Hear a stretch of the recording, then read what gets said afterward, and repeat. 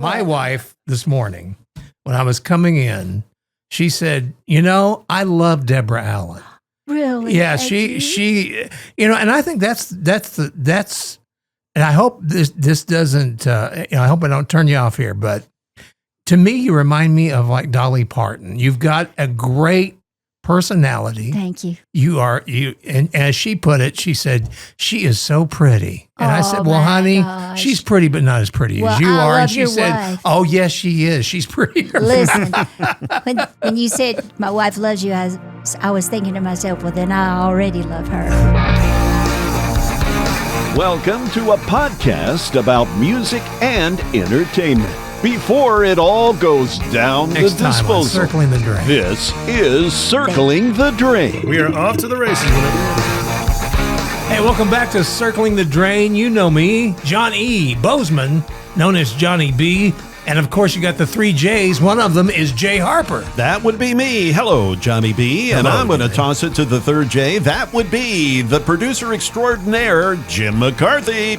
Thank you very much. Sometimes known as Chris. Sometimes. Yeah. Sometimes. And we have a special guest in here today. Special guest. Diluting the ugly in this room, ladies and gentlemen. Yeah. And she, you know her from RCA Records. She had a great big hit called Baby I Lied. Yeah, we're going to be talking about that. Yes, we are, because we have a great story on that. Mm-hmm. But she's done so much more. It would take me the entire podcast to tell you everything she's done. We'll let her tell us. But Deborah Allen, welcome to Circling the Drain. I am so excited to be here, circling the drain with y'all. Well, we're excited as well.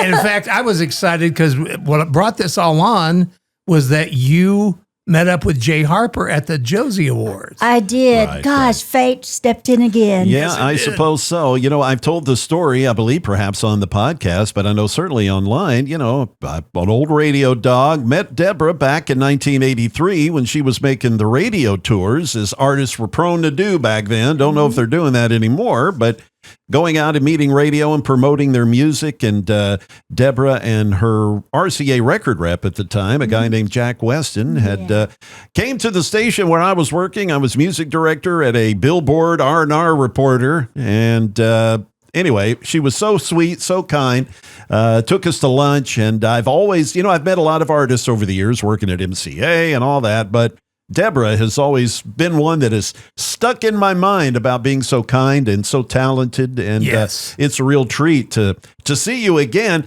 But it kills me. You look just like you did 42 years ago. How do you do that? Oh man, I'll tell you what. I wish I had $100. I'd give it to you right now. Thank you so much. Well, it was such a pleasure to run into you again, and such a sweet surprise. I loved it.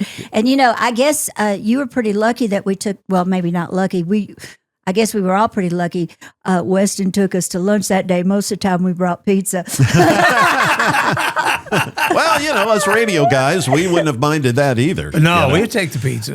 Yeah. But no, you were out promoting your your album, but also the hit from 1983. Got to number 4 on the Billboard chart. Yeah. And crossed over to pop. That's correct. Baby I Lied, which still gets played. I mean, I'm, on WSM-FM, I'm on Westwood One, and I'm on some other stations, and we still play Baby I Lied. I mean, it's just, that had to be a career-changing release for you. It truly was. It's still my signature song, and I'm so fortunate that my signature song is actually a song that I like. A lot of artists I know, they'll go, I got to sing that again. But I love to sing that song. But yeah, at RCA, Joe Galante said, the promotion department and radio is calling this the record that won't go away. And I said, well, that's okay with me.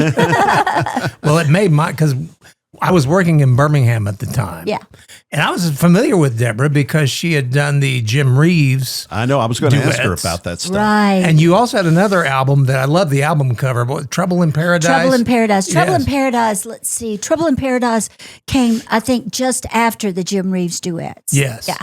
I think you're right. They were so close, it was hard to tell which one came first. It was my first album, though. Especially with my memory, because it's a little frosty. But anyway, I was working in Birmingham, and we had this chain of radio stations, and they never really let us jump on records. Yeah. And so I had to call the home office And when Baby I Lied came through, I flipped out because I thought, man, this thing's going to be huge. Wow. And thank you. I really, I got in an argument because they were saying, no, you can't jump on it. Oh. I said, I want to play it right now. I said, I don't want to wait. Because I said, this record, I told them, I said, the record's going to be huge. And I said, I guarantee you this thing's going to cross over too. And they thought I was crazy. I mean, one thing, they had 10 ears. Sometimes that happens in radio. But I was so pleased when the record started. Oh. I mean, and you made me a hero. So I have to really thank you. Well, I would say you were one of the ones that made me a hero too by playing it. You know, there was one holdout. I think it was somewhere. I think it was either Memphis or Texas, and I had to call them up.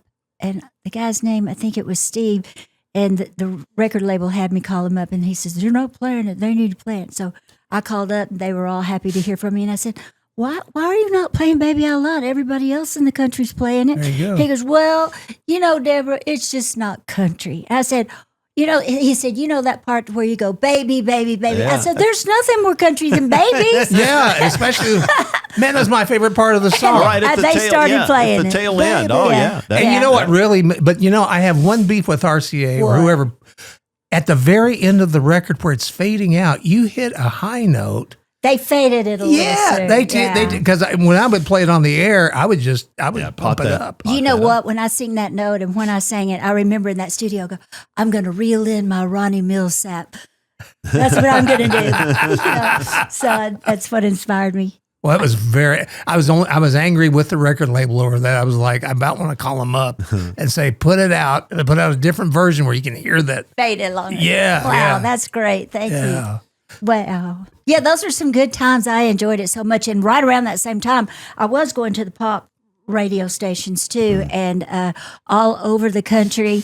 And it was so much fun because the Eurythmics were just coming out. And they'd go in, they'd play the Eurythmics, and I'd go, I love that song. That song is so cool. And then they'd play my records, and then, it started taking off too. Yeah, it was on the Hot 100 pop charts, got way up the charts there, and the AC charts and the country charts. So I think that's one reason why they called it the record that wouldn't go away. Yeah, it just wouldn't. Still doesn't, really, couldn't actually. stop it.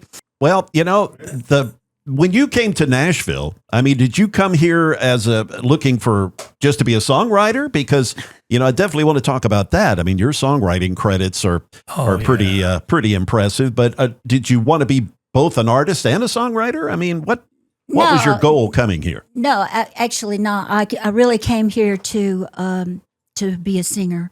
That's what I wanted to be. And, I used to, when I was a kid, I'd walk through the neighborhood singing. I'd always pick the saddest song to walk to my girlfriend's house, Oh, you just going, like that. And, but I moved to Nashville. I really wanted to be a singer, but I had worked at Opryland and had just gotten back from a State Department tour with Opryland with Tennessee Ernie Ford. We went to Russia.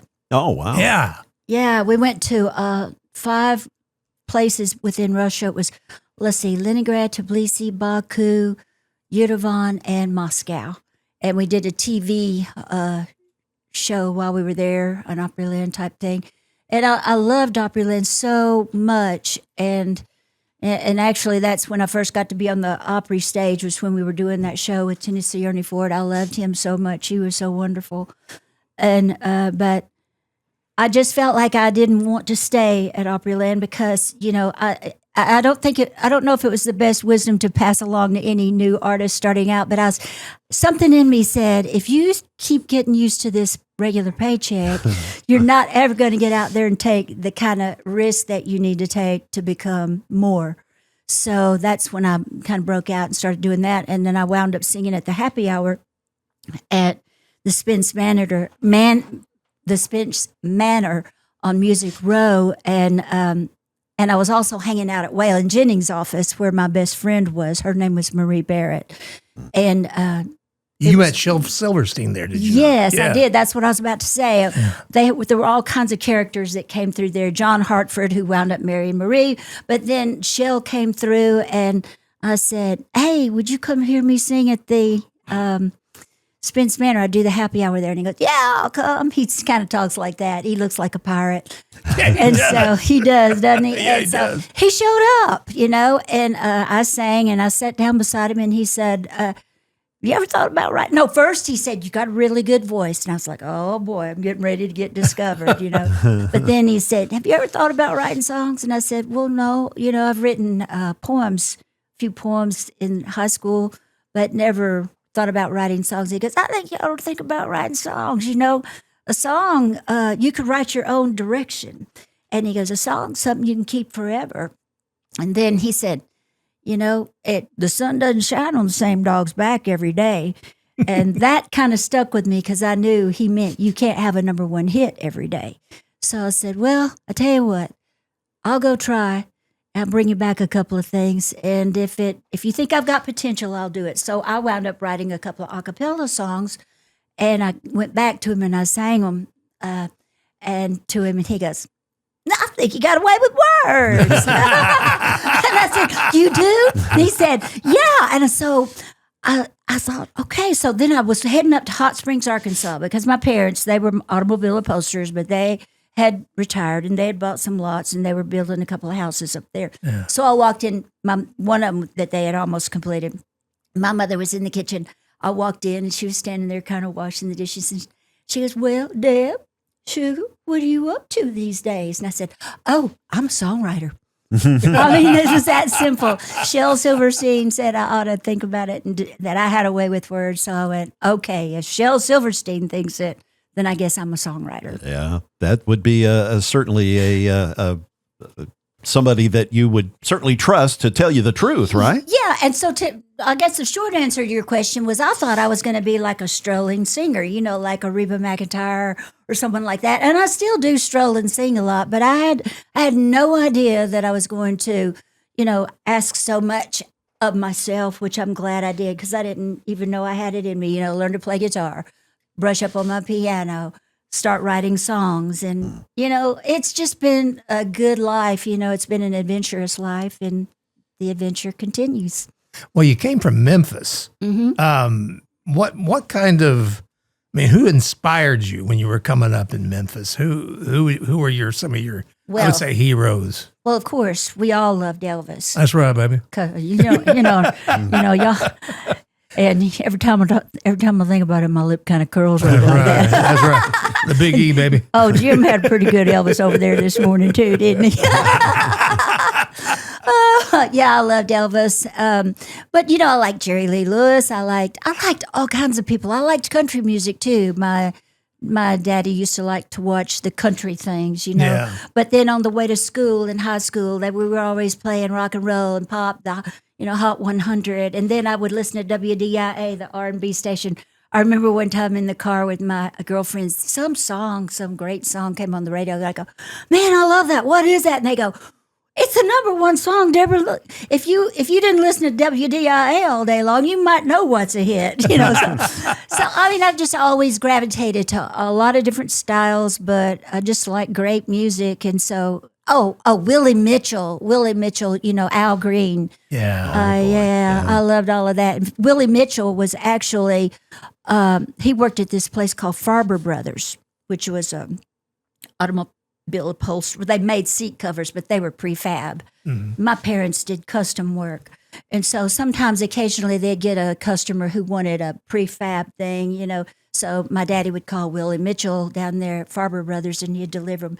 And he'd always say, I'm telling you, Mr. Thurman, I'm going to make it someday. And so, and he did. He produced all that early Ike and Tina Turner stuff. He produced Al Green. And then, but back then he used to have this club he played at with his band. Willie played trumpet. And so he said, you and Rosetta need to come out someday and dance at our club. And he goes, are you sure it's okay for me to come out there? And he goes, absolutely, come out. So they'd go out there. It was a different time then. Yeah. Mm-hmm. But Willie definitely, he rose to the height of his dreams, He's no longer with us, but he sure was wonderful, wonderful.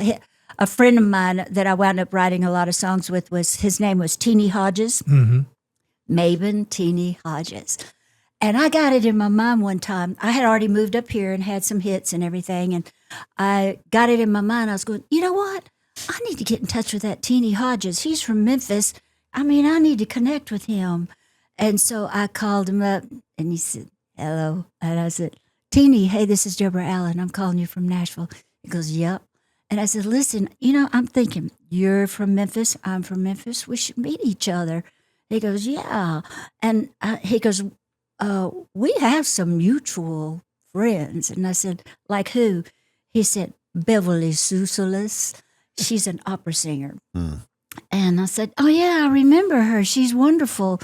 And I said, well, would you like to come to Nashville and write some songs with me? And he goes, oh, yeah, I just got back from Australia. And I said, okay. I said, but you probably need to rest for a couple of weeks first, right? And he goes, oh, no, I can be there in 2 days. And I said, listen, who was it that played organ on all those great Al Green hits? And he said, oh, that's my brother Charles, and he's raring to come up here. So, I mean, that started, I don't know why, y'all. I guess I just always get something in my mind, and the next thing you know, I'm doing it. That's the way to get it done. Yeah, he became one of my dearest friends. Before he ever got up there, I go, Teeny Hodges. I didn't have my phone to check it out and see what he looked like, I was saying, Teeny Hodges, well, he's either real teeny tiny or he weighs 300 pounds. I didn't know what to expect. A man named Teeny. May not get much action. But anyway. Oh, we're circling the drain.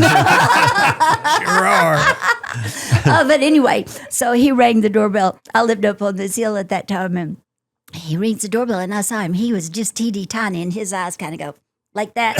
I didn't know what he thought about me till he told me later on. He had nice things to think, and but we just hit it off. And I mean, sometimes when he and Charles were up there, you remember the movie that Tom Cruise was in when he had the bobby socks on and he'd go sliding in? Yes, yeah, risky business. Yeah, risky business. When they would be in there, they would wake up earlier and they'd be in there like Charles would turn his cigarette backward and set it kind of up on the upper manual, and he'd be in there going, playing that organ, because he was so cool. And Teeny, I don't know what Teeny was doing. He was floating around somewhere. But I would hear that music and I would come sliding in there like Tom Cruise. It was really fun. But no, I love Memphis. A lot of things inspired me. George Cline inspired me in Memphis, because I got to, as soon as I turned 16, I got my driver's license and I got in my green Barracuda. Oh, boy. My daddy was in the car business, so he was able to do that. And I went straight over to WHBQ and auditioned to be a WHBQ, which I did get hired as. Oh, wow. And that was pretty cool. And that's how I got to be great friends with George. But George Cline, years before I was even old enough to do anything, he had already told Elvis about my parents and about their wonderful talent. My mother's very creative, and my daddy had that automobile upholstery shop. And so this is George talking. He said, I'm telling you, E, you need to take that bus over to Leon Thurman's automobile upholstery shop. They do some great work. So they did. Oh, wow. They did. And, but I'm talking too much on No, that. I'm loving it. That's why we wanted to have you here. Okay, well, so they took it over there, but along with that bus came the Memphis Mafia. And so my daddy, not being a real big guy, he was kind of not a big, tall guy, but he went out, he said, now look, y'all going to have to quit coming around here because I can't get any work done. Y'all causing too big of a commotion. So, but they kept coming around. So he took the bus out and brought it to our house. So when I was probably about 3 years old, me and my sister Judy decided we were going to camp out in Elvis's book. Oh, how cool is that? So we did. So in my show now, I eventually, through the years, I wound up writing a song called Amazing Graceland, which is actually one of my favorite songs to sing for everybody. But I'll usually tell a little bit of that story, and I'll go, yeah, I slept in Elvis's bed. But I was only 3 years old and he wasn't there, but still, it still counts. That's right. That's still one you can put on the resume. Exactly. So when you came to Nashville, for some reason, I cannot picture you because you're so sweet, but I can't picture you at Hillbilly Central with Waylon and Tom Paul. Well, I had a guardian angel, and that was Marie. There was a guy named there, Billy Ray, not Billy Ray Cyrus. It's another Billy Ray, and he was really good looking too. He had a big head. Billy Ray Reynolds. Billy Ray Reynolds. Yeah, I love Billy Ray. In fact, we wrote a song, and I have no idea where it is. We finally wrote a song. We wrote a song called "Hit Another Homer, Homer." I like it. Knock it out of the park. But anyway, I wish I could find it. It was real cute. But Billy Ray was always a great friend to me. But Marie said, because see, I moved in next door with Marie. She had a house, and I called my parents, my mother, and I said, Mother, you're not going to believe it, but I'm living next door to Waylon Jennings' office, and the lady that I'm living with is so sweet, so nice. But you're not going to believe this. She goes, what? And I said, her whole house is wallpapered in the Sunday funny papers. I mean, it was really funny. But she later told me one time, she said, I told Billy Ray, he better not even think about you. He better not touch you. And I go, well, I don't. Wow. I was thinking, I can probably take care of myself. But she was like watching over me. But yeah, Marie was there. She never traveled. She was really kind of, if you heard her talk, you would think she was really backwoodsy because their family had a real thick country accent. Yeah. And she wouldn't, I'd say, you ever going to do some traveling or something? She goes, I don't want to travel. I'm not going anywhere. I hate traveling. And then John Hartford and her hooked up and got married. And then you couldn't get her off of that bus. She traveled. She became a world traveler. There you go. And, Kyle Linning had a studio upstairs. Yeah. And then Waylon would be back in his office. And the brothers, I'm trying to think, Tom Paul and the Glazer brothers, they were in there all the time. They had offices in there. And then upstairs in a little closet, there was a guy. He was a radio guy. Captain Midnight. Captain Midnight. Yes. And I remember going, he's got a Bunsen burner. He lives in here. Yes. Yeah, he just kind of hung out with them. Yeah. Yeah. So I came up with some great people, and the show would blow in town, and then, I would be sitting in there with them. I don't know. I think I was just their little, I don't know. They just watched over me, Yeah. But I remember sitting around there one time, and they were all sitting there just talking up a storm, and I saw all their feet, and I was like, feet under the table, feet under the table. I started writing a poem about that. I would write about anything. That's what was really weird when I had so much fun in the beginning, just because when he said, you got away with words. I did have fun with words, but my words, and when I would write stuff, especially if I wrote something a cappella, I think, I cannot wait till my musicianship catches up with my voice, because this is fun, but I don't think I'm going to be singing any of this on stage. So it took a while for me to groom it all and blend it all together where I felt like I had something that I could really run with, and stand on stage and sing.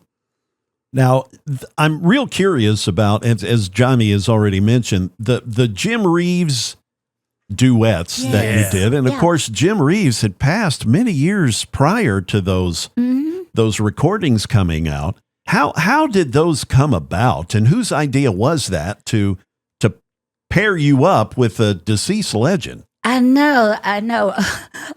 Don Cook one time says, yeah, you ought to do an album, Deb, called Deborah Allen and the Dead Boys. Sound like a good punk band. Well, I used to hang out, even though I was a writer with Jerry Crutchfield at MCA. Oh, wow, yeah. I hung out a lot at Tree Publishing down there with Don Gant and all of those guys, And there was a song plugger that used to be there named Dan Wilson, and he was having a #1 party out at his house. And, of course, he invited all the writers, and, there were a lot of other people there, too. And, I don't know if they still do that around town now, but we used to have what they call guitar pools. Yes. Yeah. So you'd be sitting in a room, and if they passed you the guitar, you had to sing something. So I didn't have that many songs at that time, but it's funny. I had two, and I would sing, I would sing Goodbye Love. I can't remember which one I'd do first. And then Don Gant would say, no, I think he'd first have me do Dirty Old Man. I had a song called Dirty Old Man. I'm in love with a dirty old man. And because he'd say, sing Dirty Old Man, Deb. And I'd sing Dirty Old Man. He'd go, now do your other one. So anyway, so I qualified for the guitar pull. And so I sang a couple of songs that night, and I didn't think a thing about it. And I guess Les Ladd was there. He was the engineer out at Woodland Studio. And he called me up and he said, Deborah, hey, this is Les Ladd. And he said, Bud Logan heard you sing last night, and he loved your voice, and he was wondering, would you be interested in doing some duets with Jim Reeves? And I said, you mean like Jim Reeves? Put your sweet lips a little closer to the phone. And he said, yeah. And I said, but I would love to, but isn't he no longer with us? He said, right, he's deceased. He goes, but we're going to do this brand new technology. It's never been used before. It's called an overdubbing technology. And we're going to take your voice and we're going to pull his off and put you on there with it. So we were actually the first ones to do that, even before Natalie Cole and her dad. Right. Yeah. And so I was honored, to get to do that. And then Joe Galante, being the marketing genius that he said, I tell you what we're going to do.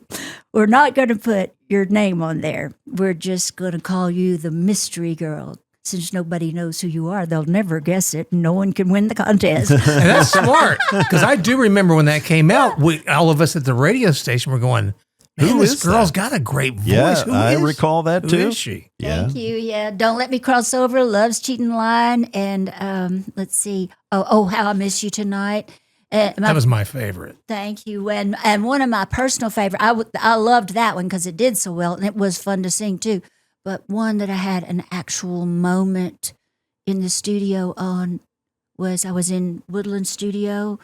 The lights were black in the studio. There was just this little light over my lyrics, and I could see Mary Reeves and Les and Bud Logan in there, like in the studio. But that's all. They were far away. It was just me and that light, the lyrics, and I started singing with Jim. That's what happens when two worlds collide. And I just got chills all over me. Oh my God, two worlds are colliding. He's up there and I'm down here. Oh, thank you. Oh my gosh, I'll never forget this moment. And and I think that he and Bill Anderson and Roger Miller wrote that song together. I'm pretty sure they were the writers. God, can you imagine that night with Roger Miller and Bill Anderson writing together? Oh yeah, that had to be a team. I've written songs with Bill. We had a lot of fun writing. And then of course I knew Roger Miller out in when I lived out in California in L.A. In fact, he had a big party out at his house, and me and my friends wound up over there at Rogers, and they got me to stand in the middle of their gazebo and sing one of my a cappella songs, which was my mother and daddy song, and I remember that being a sweet moment. Then we went in there, and one of the other guys, who happened to be Jim Stafford, they started trading quips back and forth and songs and stuff. And in my mind, I was thinking, I think Roger's going to win this one for some reason, because Roger was on fire that night. He was on fire that one. But I was just a kid, so I didn't open my mouth. I was just thinking to myself. Yeah, I got to work with Roger, when he did Big River, the Broadway show. Yeah. MCA had the soundtrack for that. Okay. And we actually took radio to the Eugene O'Neill Theater in New York to see the play. Wow. And I got to kind of hang with Roger Miller a little bit. He was an interesting cat. Oh, he was a character. Yeah, he was so funny. cool. Yeah, and I always loved him when I was little, so it was really cool to kind of be around him, and lost him so young. We did. I absolutely loved him. He was a total gentleman, and I loved his wife. Of course, I love his son. Everything about Roger Miller I loved and admired. I was always around some really quirky, brilliant thinkers, and that was entertaining me so much, all the time in my mind, and inspiring me and setting the bar high. Now, when you got your songwriting deal, publishing companies, what have you, I mean, were you one of the only women on the songwriting team, if you will? I mean, what was it like then? There were a lot of guys. Dave Loggins, he was He was like a big brother to me there. He got me into trouble. He taught me how to be independent at the publishing company. But no, there were a lot of guys, I think girls were starting to flood in, but I was maybe the only girl. Tanya Tucker would come by sometime because Jerry produced her. That's right. But I mean, Please Come to Boston, one of the greatest songs ever. And there's only one Dave Loggins, and no one can phrase like Dave Loggins. Yep, nobody could sing that song like he could. Nobody could. I was around at that time when he wrote that song. But by then, he had gotten to be an executive, too, for a little while at the company. And I said, I got all these songs, and I don't know what to do with them. And he said, you know what you need to do, Deb? He goes, what? I just do what I'm telling you. And I said, okay. He goes, call up, book a studio, book some musicians, and book you a session. And I said, okay. And he said, let them talk to you afterwards about it. And I went, okay, that's what I'm going to do.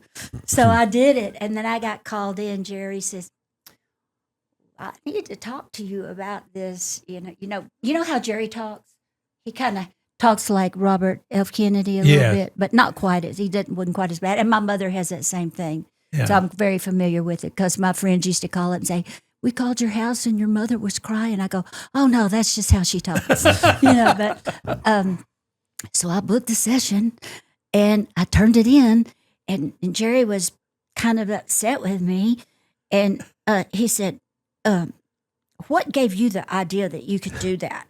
And I said, first of all, guess what? One of them's already been cut and it's on its way to becoming a number one song. That was Don't Worry About Me, Baby by Janie Freaky. Janie Freaky. Yes. I said, so I think I made a pretty good executive decision. And he goes, well, you're not going to do that again, are you? And I said, I can't promise that because, he goes,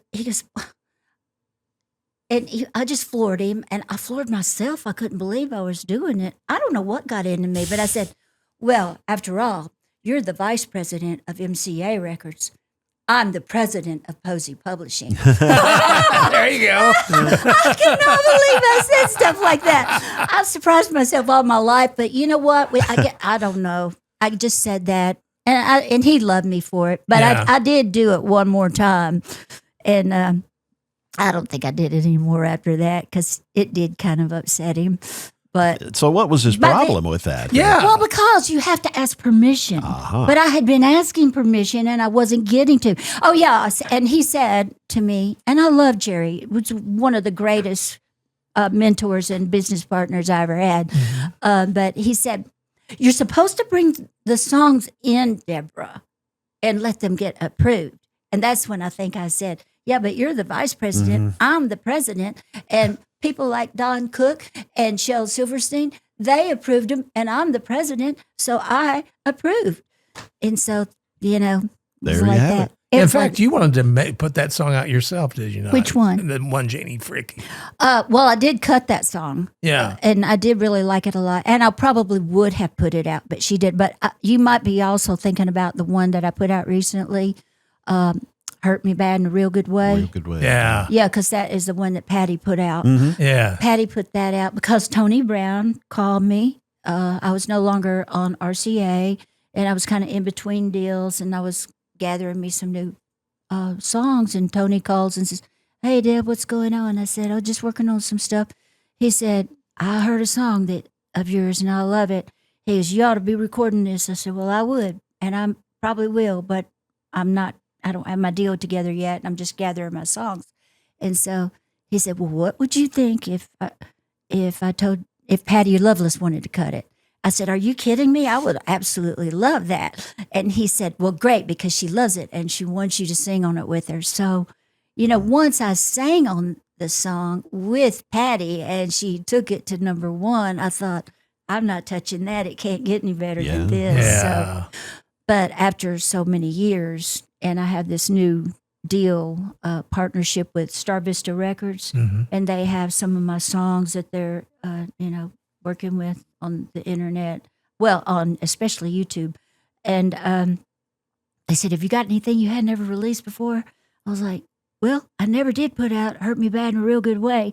they said, let's put that out there. So I did. Very cool. Yeah. But it's been so long ago. In fact, I got a really nice quote from Tony Brown and from Patty Loveless on it too, and some other people.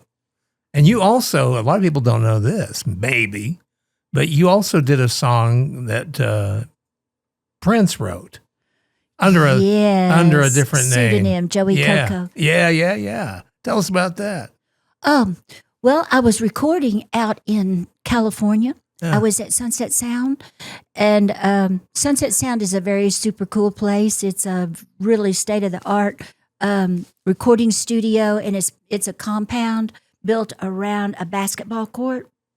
And it's so much fun, and people would be out there playing basketball all throughout the day. And but one night when I was in my little studio, I had to go to the bathroom. So I had to go over to the office, and I went across the basketball court, went into the office, and I came out. I was zipping my pen. I had that music on my mind, and I was coming out thinking about the music. I was zipping my jeans up, walking along, and I saw this ball go rolling by, and I kind of skipped over to it and picked it up and turned around, and I was, oh, excuse me. I thought you were going to be with my group. It was Prince. Oh, my gosh. And I went, oh, my gosh, I'd never dreamed I'd meet Prince. And I knew he was in this other studio. Yeah. But I didn't want to go over there and hang out. I didn't want to germ around on him, So I went on back to my studio. And so I heard once again that there was going to be an executive turnover at my label. And so the new big dogs showed up. And when they did, it was a studio about this size in the control room. And there was a little bit more room out there, but not a whole lot. And so I don't know. I just got kind of sweating all over there, sitting there listening to myself. So I'll be right back. I'm going to go get some coffee. So I leave and I go get some coffee. And then I come back out with my coffee cup. And by that night, I was all decked out. I had on a yellow suede jacket splattered with black and silver paint. My hair was like up over here like that. And so I walk out, and there's Prince in a matching beautiful silk shirt with silk bell bottoms and platform shoes, boots to match. And he's sitting there shooting some hoops. So I kind of lean up against the wall with my cup, and I say, oh, that's a good one. Oh, shoot. And then I'm like, now that was a good one. Then he kind of dribbles the ball back to me. And I look over at him and I say, I like your outfit. And he goes, likewise. That's all he said to me. But even in that moment, I did recognize the beauty of Prince. His face was prettier than any woman. His eyelashes were longer than Vince Gill's. and he was just an adorable person. And even with his platform shoes, and this doesn't happen very often, but I was still taller than him. Yeah. So, he's a pretty short fella. Yeah, he was, but he was adorable. So I go back in, and they go, well, we think we can run with this, but we need to do a couple more cuts, and so we'll be working on that. We'll get back with you and all that. I go, okay. So I go home to Nashville, and I go into my kitchen, and I'm sitting there in my kitchen, and I just go, oh, God, please help me. What should I do now? Because I got switched to the pop roster really without even knowing it. It was sort of a deal that happened. I wasn't even there. I sort of got traded like a baseball card. So I thought, okay, I'm going to go for it, But all of a sudden, when I was saying that to God, I got this spark in my head. It was like, well, you met the genius of our time. Just write him a letter. So I wrote him a letter. I said, Dear Prince, my name is Deborah Allen. We met briefly on the basketball court at Sunset Sound. We've had an executive turnover at RCA, and I was thinking it would be merely wonderful if you and I might work together in some capacity. I've enclosed a cassette, which shows you how long ago it was, a cassette of what I'm working on, my current work. When you have time, please take a listen. I hope to hear from you soon. Sincerely, Deborah Allen. So I overnighted it out to the studio, and Coke Johnson was his engineer. So I just mailed it to Coke Johnson. And I mean, lo and behold, like 2 or 3 days later, after I had overnighted it, I get this call from Coke, and he goes, the phone rings. I go, hello? And he says, hey, Deb, Coke Johnson here. I said, hey, Coke, how's it going? He goes, good. He goes, well, I got a song here. I want to mail it to you. Prince wrote it for you, and I just want to know where to mail it to. And I went, I don't know why I didn't go, woo! I went that. I said, well, that's cool. I said, oh, come on now, Coke, tell me the truth. I said, is it really a brand new song, or is it something he already had kind of laying around? And he goes, no, it's brand new. I was in the studio when he wrote it for you. And I went, really? Wow. He said, yeah, like I was going to turn it down if it wasn't brand new. No, yeah. I was thrilled. I was so thrilled. Well, it showed up, and I just was so excited. I made me a great big bathtub full of water. I had this boom box, and I had his cassette, and I put it right up here behind my head like this. And he kind of doodles like I do. He doodles a lot, he's kind of, so I think we've got that in common. So anyway, so I was in there, I was laying in there just listening to it and everything. And then I'd hit play, and it'd go to the end. Then I'd hit reverse and just sitting there listening to it over and over and over. And all of a sudden, one time I hit record, and I went, no! It wasn't very much of a big hole, just a little bitty one. But so now, and he wrote all the lyrics. The reason I know he wrote it at Sunset Sound, because on the back of the tracking sheet at Sunset Sound, that's where he wrote the whole song out on 4 pages. So I have it framed really. Oh, I was going to say, that's house. Something you definitely want to hang on to. Yeah, I do. I have it there. So yeah, I mean, that's what I mean. I've been so blessed to get to do some unusual things, like.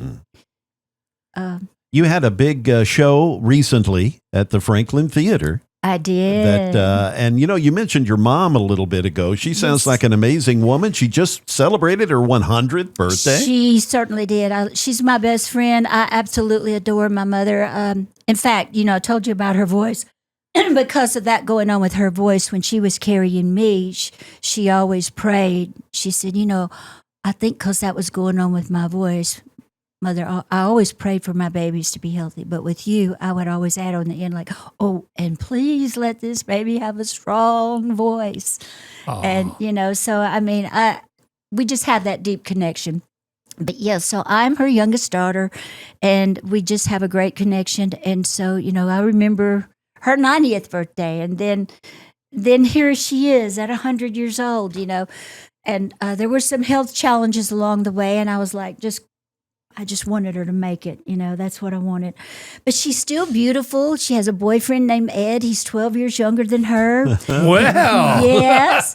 And he drives over from Nolensville almost every night of the week. He has a big red truck, and he just drives over and comes over around 6 o'clock. They eat dinner, watch their favorite TV shows. And then around 11:30, he'll go, well, I guess I'll get my old ugly ass back over to Nolensville. So he's so sweet. I love Ed. He's a great guy. He's turned out to be the perfect companion. Mother has been for him too.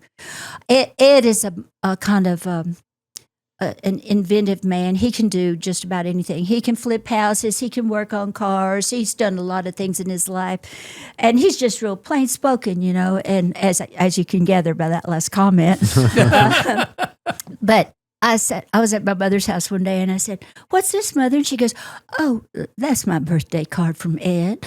And I said, "Do you mind if I read it?" She goes, "No, go ahead." So I pick it up, and I go, "Oh, Mother." I said, "You bring the poetry out of Ed." But that can't be I put that on Don't Read. Well, that's all right. Hey. You're popular. People want to talk to you. It's Raymond's girlfriend again. I told her not to call anymore. Well, speaking of, it's potential spam. That's what you put yourself down there. That's right. But you have a fellow that's mighty.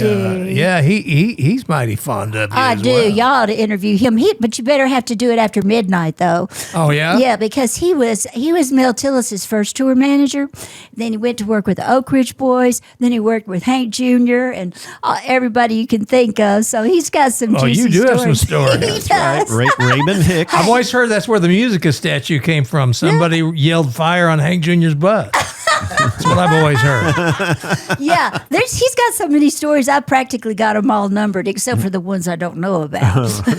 Well, you could probably get some money out of some people. You know? I could probably. Yeah, you could probably. I won't write the book if you'll just. Well, Raymond always says, "I'm waiting to write the book. Some people got to die. Not everybody's died. What is it you say? I'm waiting for some people to die first." And there was. Yeah, exactly. Speaking of, my wife this morning, when I was coming in, she said, I love Deborah Allen. Really? Yeah, she, and I think that's, and I hope this doesn't, I hope I don't turn you off here, but to me, you remind me of like Dolly Parton. You've got a great personality. Thank you. And as she put it, she said, she is so pretty. And I said, well, honey, she's pretty, but not as pretty as you are. And she said, oh, yes, she is. She's prettier. Listen, when you said my wife loves you, I was thinking to myself, well, then I already love her. Well, she does. She said, she is so nice. She goes, even on Facebook, she said, I'll say something and she replies to me. Nobody ever does that. Yeah, so I try to do that. Well, that is, and by the way, about Dolly, no, listen to me. That's a huge compliment. I mean, she's from East Tennessee and I'm from Memphis, but I guess being in Nashville, you know, it's our accents are similar. But there's only one Dolly Parton, and I admire her, and I admire her generosity for with the children's books. Yes. And then I saw it on Facebook, and I hope it's true. You can't believe everything that's on Facebook. No. I believe it's true that someone said that she gave $2 million to the Charlie Kirk Foundation. I can believe it. I can believe that. I can believe that. But yeah, both of you just have this quality about you that, men find you beautiful, well, thank you. But the women don't feel threatened. Well, I'm they glad. love you too. Yeah, that makes me happy. Yeah. Well, I love everybody, women or men, or whoever it is. I just, it takes a lot to make me not love somebody, and I'm going to love them even if I might not like them for a second or two. Well, see, we get that from you. You just exude such. I mean, I've always felt that way. Anytime I've seen you sing, thank you, or anytime anytime I hear you, there's a sincerity and a genuine warmth to you. I appreciate it. Well, it really, it really does come across. What are you doing now that folks can find your music, find where you may be appearing? Yeah. What can folks do? Well, my most recent album I still really do love. It's called The Art of Dreaming is Believing, and it was on Audium Records. And actually, something cool about that is there's a high school down in Alabama, in Florence, Alabama, that they chose that song as their what's the word? It's inspiration song for the year, So, Mm-hmm. And now they're having me back down to come down and sing it again. And I'm also going to be writing a song and performing something for the Olympics that the people there are involved with. I enjoy doing things like that. I've got a lot of shows coming up, and plus, like I mentioned, Star Vista. I'm super excited about that because, I am very involved on my Facebook, and I'm not going to stop doing that. And I need to get more involved on my Instagram and my TikTok and all of that There's stuff. so much to keep up with. There's so much. So that's one thing that I'm looking forward to with them is they've got, a social media person who can help me organize some things. But I had a social media person one time when I was on another record label. And in fact, it was with Audium, and they were super sweet. And he was super sweet. But it was like twice the work because I'd have to take my pictures, send them to him, and he would do something with them. And then I would look at it and I'd have to call him up and say, well, I really like that. It looks really good, but that is not exactly something I would say, I mean, you know what I mean? Yes. It's hard to get someone that gets you enough. Exactly. So, I mean, I'm going to always be involved in what I'm doing. I just can't imagine not being that way. Right. Yeah. But you guys, y'all make everybody have so much fun and be so welcome. I saw something y'all did with Wade Hayes. Yes. Yeah, that's right. Yeah, we had And Wade on here a while was back, and He's a good sweet. buddy. what a good dude. I love that And, guy. I love him. I Yeah. do too. He's wonderful. And he was telling his story about his health issue. Oh, Yeah. we're lucky to have him. Hmm. And thank God he went for another another opinion. And he was so young to have that, you Mhm. know. Yeah. But one time I had an issue and Raymond was so scared and I was too. And he put it on internet. And I said, don't put it on the internet. What if I don't die? Everybody will be mad at me. But I did. I had this thing here. I was singing I did 25 Christmas shows at Fontanelle. And my friend, she was helping me change clothes. And I go, I've got a little bitty tiny knot right here under my jaw. Feel of it. She goes, have you had a virus lately? And I went, no. I said, but when I hit a real big note, it doesn't hurt. It just kind of drags me down, you know. Mhm. And I said, I'm going to go see about it after the first of the year. So I'll go to see about it, and they take a biopsy. And I was just like having so much fun. I go, that didn't even hurt because they put lidocaine on it. Yeah. And then after I was like, well, what'd you find? He goes, well, I'm not a doctor. I can't tell you, but I'll tell you one thing I do know. And I said, what that? He said, I don't like the way that felt. And I went, oh, okay. So it's a story. It's a story. It turned out that I had this thing. It was the doctor calls up and he said, you've got metastatic carcinoma. And I said, what's that? He Yeah. called me. He didn't even meet with me in person. He calls me. And I said, what's that? And he goes, it means you've got a cancerous tumor right there and it's coming from somewhere. It's all gathered there and it's coming from somewhere else. And I went, oh no. And when he said that, I started kind of getting dizzy. I said, hold on, I want to call my husband. I called Raymond. I said, Raymond, get on here. I want to connect you. So we connected. And I said, now tell Raymond what you just told me. And he told him. So we hung up. And then Raymond calls me back. He goes, I'll tell you what we're going to do. I said, what's that? He said, we're going to call Wright Penson. Now, the only reason I'm even taking time to tell you this is so fun about the way God works in our lives. Mm-hmm. Because we used to just go have so much fun at Country in the Rockies, and there was a band there called Soul Incision with a bunch of doctors, and so we would all get Soul up there. Incision. Yeah, we would entertain all the different very wealthy people all throughout the day. Go skiing with them, you know, do all this, have all these auctions and everything. But the real fun was that night with Soul Incision. So we'd get up and have fun. Yeah, Heidi and I got up, you know, one night. She had her harmonica, and we were just getting wild and having fun. Just all kinds of fun stuff. And, but he wound up being the vice chancellor. He was a doctor, a surgeon. He wound up being the vice chancellor at Vanderbilt. So Raymond calls him up and says, right. And he told him what the doctor had said. And he goes, there's only one doctor I would ever. He said, the head of our otolaryngology department. That's Dr. James Netterville. That's who she needs to see. That's who I would send. My people come from all over the world to see him. So he said, okay. Now, in the meantime, I went over to see my friend, Millie Taylor, who I met at a garage sale at my house because I live on a road where you can just throw a sign out anytime and people start coming over, and I've met some great friends that way. So I met up with Millie, Mother and I did, and then a few years went by and we didn't see her, and then we connected again one time, and so I knew where she was. She was at New Beginnings. And so, but after I heard that news, I was so freaked out about it because I looked up what the procedure would be. The procedure on this would be they would operate on you, they would go in and they would take it out. Yeah, and that's what that doctor said. I said, so you're just going to put a little tiny incision in and pop that little thing out, right? And he goes, oh, no, it'll probably be 5 or 6 inch scar. It'll be kind of wavy, but we can tattoo it. It'll be okay. And I went, oh, God. And so I find myself walking down the street, seeing couples in love, and I go, I hope I'm going to be here this time next year. Oh, my God. It's just weird how your mind starts seeing the fragility of life when you know something could happen like that.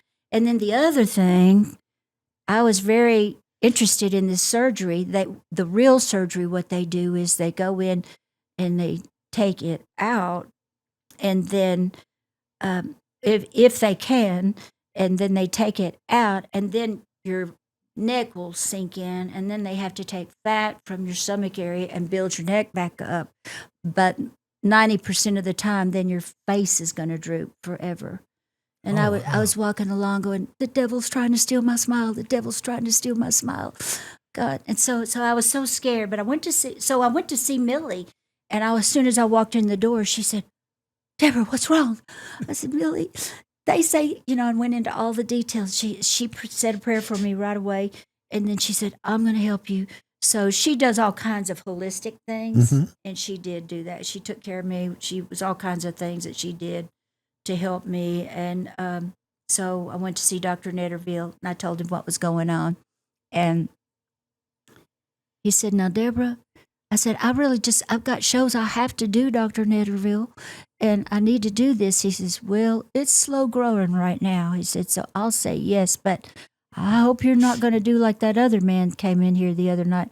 And in my mind, there was this man in a chair. He looked like Elephant Man. His head was all swollen. His tongue was hanging out. And I remember when I walked into that place, I thought, this is where I would come. Back when I was with Country in the Rockies, I was an entertainer to cheer everybody up. Now I'm one of the people that needs help. And you know what else it brings to? I'm hurrying. I know I'm taking too long. But look, fine. One thing that it made me realize that, a lot of times when someone's sick and you go, oh, I'm going to pray for you, well, that takes on a whole brand new meaning. You hope they really do. And I know that I did have some great prayers. But anyway, I said, Doctor, he goes, I hope you're not going to go out to Arizona and spend $150,000 because that man that just left here, I could have helped him 6 months ago. Now I don't think I can. I said, Dr. Netterville, I couldn't do that if I wanted to. I said, all I want to do is go do these shows and keep doing this stuff with Millie that I'm doing. I said, and I didn't tell him everything we were doing because I was afraid it would make him not like it. But I just said, I'm just drinking a lot of green juice and doing, this and that. And it wasn't anything much more than that, but I don't care to go into all the details right now. But anyway, so we did a lot of things to get me well. And he said, well, I don't know. I've never heard of any green juice dissolving that. But he goes, you can try it for a little while. Then one night, out of the blue, after he called me up, it was about 8 o'clock at night. And he goes, Deborah, what are we doing? I said, well, you're going to Africa to teach doctors how to do surgery, and I'm still drinking green juice. And he goes, now, Deborah, he goes, you need to be in my operating room on Friday, my personal operating room. He goes, and because I do not want to go out of the country without taking care of you. And he goes, and if we wait much longer, it's just going to make my job more difficult, which I knew what he meant. He meant that it might make my face, right, droop. So I was sitting there on the steps just kind of going back and forth like this. And I was, again, thinking the devil's trying to steal my smile. All of a sudden, Dr. Netterville said, Deborah, I pray for wisdom every day. And I went, I pray for wisdom every day. That's it. I said, I've been waiting for a sign. I've been saying, God, don't whisper that still small voice. I want to hear that just scream at me. I said, when you said that, I heard it. I said, okay, Dr. Netterville, I'll do it. I said, but now listen, we've seen that thing. And I said, that tumor's just on the back end of my submandibular gland. And I'm a singer. I need to keep that submandibular gland. Can't you just take off the bad part? He goes, I'll look at that. And I thought he was just being nice. So I go to the next, when Friday rolls around and I get myself ready. And the next thing you know, I'm in the kitchen with Raymond and I start having a meltdown. And I start crying and going, I don't want to go. And then about that time, my sister came in like a banty rooster going, what is going on in here? And he goes, she's having a meltdown. And she said, Deborah Lynn, you better go get in that car. You know good and well you will not have a good outcome if you're going like that. And I was like, I know. So we're driving down the road, heading to Vanderbilt, and I say, I'm not scared of this operation, Raymond. He's like, You could have fooled me. I said, no, I trust Dr. Netterville. I said, it's just the after effect. I hope and pray my face doesn't droop. And so, you know what? We did that operation. He took a picture of it. I've got pictures of it. No one wants to see them. Anyway, I did look like a science project for sure. And anyway, that was too long for that story, but it all came out great. He came in and he said, I was still very loopy because I told him to put me way out. And when he came in, he said, Deborah, got great news. No cancer, no chemo, no radiation. I went, that's good. He goes, no, that's wonderful, Deborah. Oh, and guess what? And I said, what? He said, I did what you suggested. And I'm like, what did I suggest? He goes, I only took out the part that was bad. And I've never done that before. So, but the thing, okay. I guess I got too comfortable here and I ran. Well, no, that's fine. But here's the thing about it. Here's what I was just going to say. It's just like a patchwork quilt.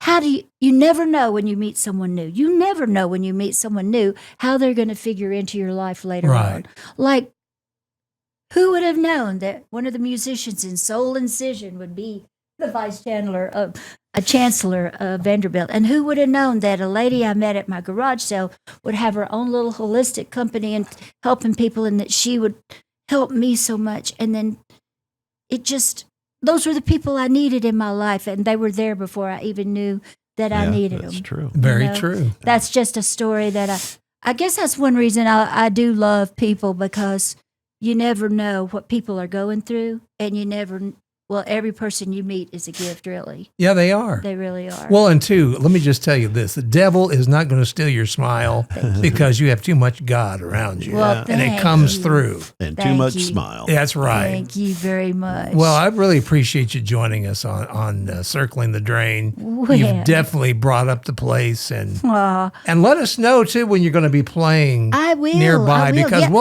we'll make it a night out for the 3 J's. We'll all come out and see you. Absolutely. Oh, yeah. And let me tell you, at that 100th year birthday party, my mother wound up getting a letter, a proclamation from a state senator, and Senator Pody, and the Speaker of the House, and a letter from Governor Lee. And thanks to Martha Blackburn, Mother got a beautiful letter from President Trump. Very nice. This I can tell you. Yes.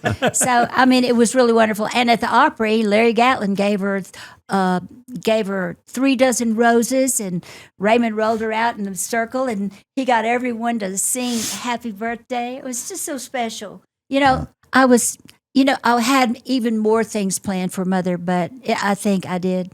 I think you did good. I think I did pretty good. I think you did. I think rated PG for pretty good. I think PG, yeah. Yeah, there you go. PG. Now, what's really good is PDG. Oh, yeah. Pretty dang good. That's right. That's right. Well, this was pretty dang good. We appreciate you being here with us. Very much. And we wish you a continued success in everything you do. Thank you. And thank you for bringing Raymond today. Oh, yeah. Like I said, he's been my Facebook friend forever, and I finally get to meet him. You know what? Y'all, I'm serious. If y'all got an after hours, would call Raymond Hicks up. Well, that's the OnlyFans one we'll do with Raymond. How about that? But anyway, be sure and join us next time on Circling the Drain.